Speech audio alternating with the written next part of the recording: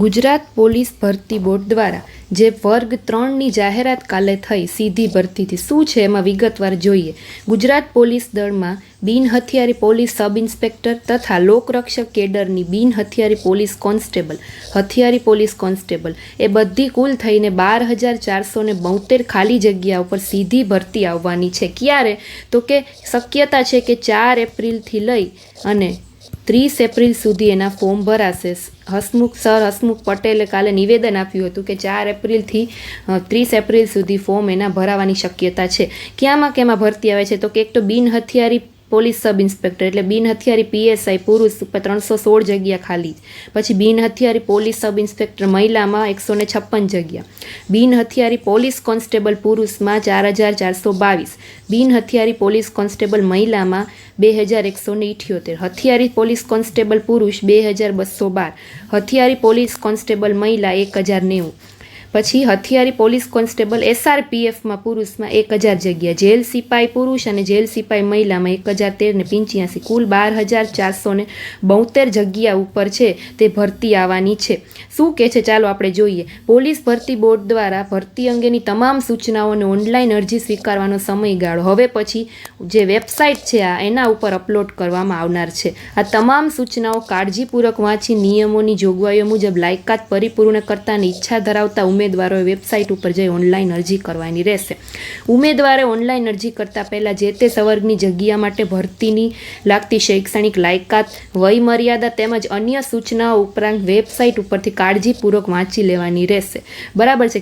કહેવાય છે કે કોન્સ્ટેબલની એક્ઝામ છે એ 12 પાસ ઉપર હશે એની લાયકાત અને પીએસઆઈનું છે એ ગ્રેજ્યુએશન ઉપર હશે. બરાબર, એટલે ઘણા લાયકાત પૂછતા હોય છે તો આ ખાસ યાદ રાખજો. ત્યાર પછી હાઇટને એ કેટલું રહેશે? વજન તો ધ્યાનમાં લેવાનું નથી. સૌથી પહેલાં ફિઝિકલ ટેસ્ટ આવશે, એમાં તમારે ખાલી દોડ ક્વોલિફાય જ કરવાની રહેશે.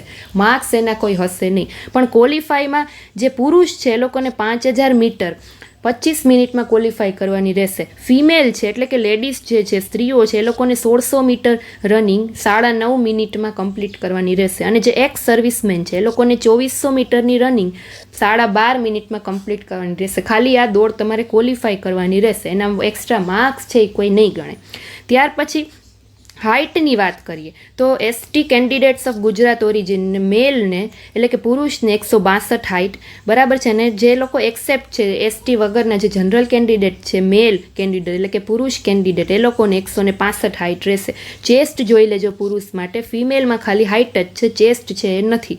શિડ્યુલ ટ્રાઇબની જે ફિમેલ છે એ લોકોને 150 હાઇટ અને જે એક્સેપ્ટ છે એટલે કે એસટી ક્લાસ વગરની જે ફિમેલ છે જનરલમાં આવે એ લોકોને 155 હાઇટ છે એ ધ્યાનમાં લેવાશે. ત્યાર પછી જો સિલેબસની વાત કરીએ તો ફિઝિકલ ટેસ્ટમાં જે લોકો પાસ થઈ જશે એ લોકોની પછી એક એક્ઝામ લેવામાં આવશે જેમાં 2 પેપર હશે.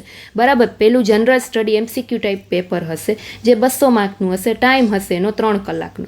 ત્યાર પછી બીજું જે પેપર હશે એ ગુજરાતી ને ઇંગ્લિશ લેંગ્વેજ સ્કિલનું હશે જે ડિસ્ક્રિપ્ટિવ હશે, વર્ણનાત્મક હશે.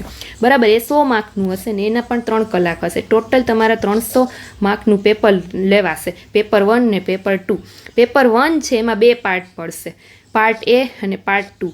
પાર્ટ A છે એમાં 100 માર્ક અને 100 MCQ હશે.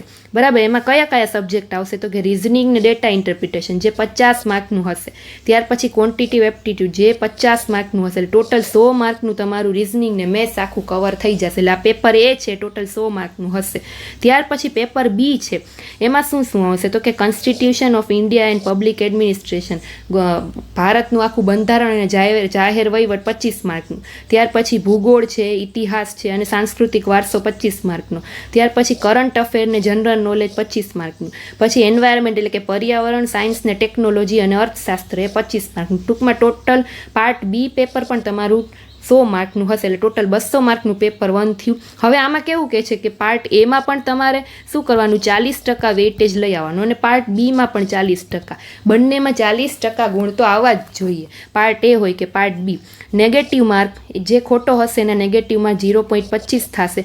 અને જો તમારે કોઈ પણ ક્વેશ્ચન નથી ટીક કરવો, નોટ એટેમ્પ કરવો છે તો આમાં ઓપ્શન ટીક કરવાનો રહેશે. તમે ખાલી મૂકીને આવશો તો એ તમારો નેગેટિવ માર્ક ગણાઈ જશે, 0.25 કપાઈ જશે. એટલે ધ્યાનથી સાંભળજો.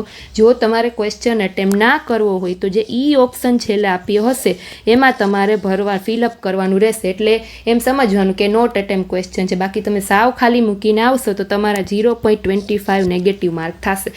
એ આમાં ખાસ ધ્યાન રાખજો.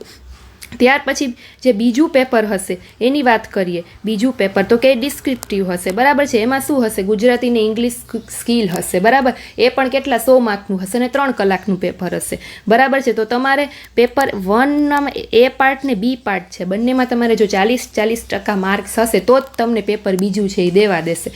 બાકી જો તમારે પેપર પાર્ટ એ છે એમાં 40% હોય ને પાર્ટ બીમાં 40% નહીં થયા હોય, 20% જ માર્ક હશે તો તમે પેપર 2 માટે ક્વોલિફાય નહીં થાવ. ત્યાં જ તમારું પેપર છે એ કેન્સલ થઈ જશે. એટલે યાદ રાખજો, મેથ્સ રિઝનિંગમાં ખાસ ધ્યાન આપજો, કેમ કે બંનેનો વેઇટેજ 50-50 માર્કનો છે, સૌથી વધારે વેઇટેજ છે. એટલે અત્યારથી જ ચાલુ કરી દો મેથ્સ રિઝનિંગ. મેં મારી ચેનલમાં પણ એના વિડીયો મૂકેલા છે, કરાવું પણ છું, ચાલુ પણ છે રિઝનિંગ ને મેથ્સ, બરાબર. એટલે ફટાફટ તૈયારી કરવા માંડો. હા, ઘણા પૂછશે કે ફિઝિકલ ટેસ્ટ ક્યારે આવશે, તો હસમુખ સરે કાલે એવી જાહેરાત કરી કે આની ફિઝિકલ ટેસ્ટ છે ચોમાસા પછી લેવાશે, બરાબર છે. એટલે એ પણ તમે નિરાતે તમારી દોડની પ્રેક્ટિસ ચાલુ રાખજો, બરાબર. બાકી કાંઈ પણ ક્વેશ્ચન હોય તો મને તમે ઇન્સ્ટાગ્રામમાં મારું આઈડી છે એમાં તમે મને DM કરીને પૂછી શકો છો. ચાલો, થેન્ક યુ.